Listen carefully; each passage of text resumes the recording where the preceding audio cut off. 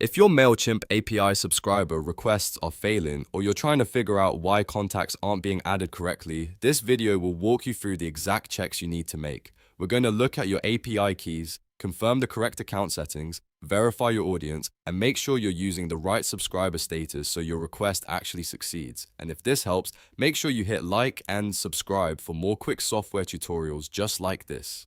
Alright, let's get into it. First, start by checking your API keys inside Mailchimp. To do that, click your profile icon in the top right corner of the dashboard. This will open the main account menu. From there, select Account and Billing. This is where Mailchimp keeps your account level settings, billing details, and developer-related options. Once you're inside Account and Billing, look for the Extras tab. Click Extras and then select API keys. This will open the page where all of your Mailchimp API keys are listed.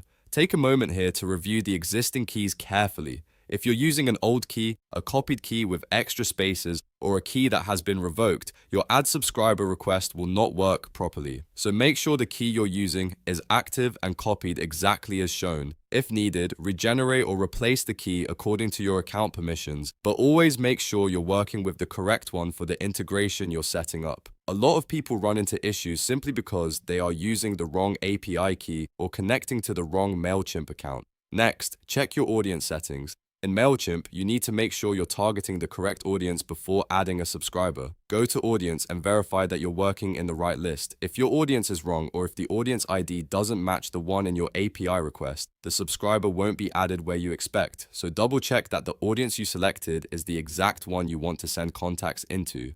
Now let's talk about subscriber status, because this is one of the most common reasons requests fail.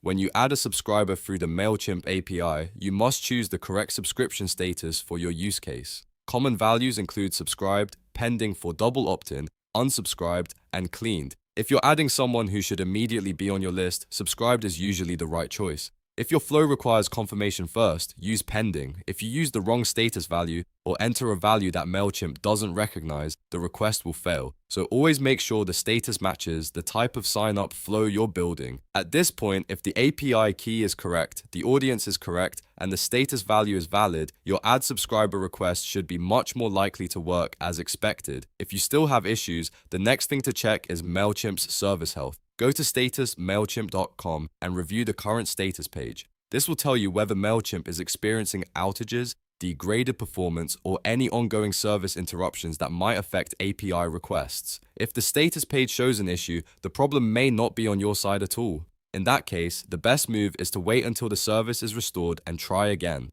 If everything looks normal there, then you can continue troubleshooting your request payload, audience IED, and authentication details. So to quickly recap, open Account and Billing, go to Extras, check API keys, confirm your audience, make sure your subscriber status is valid, and then check Mailchimp's status page if something still isn't working. If this tutorial helped you fix your Mailchimp API add subscriber issue, please like this video and subscribe to the channel for more step-by-step software fixes. Thanks for watching, and I'll see you in the next one.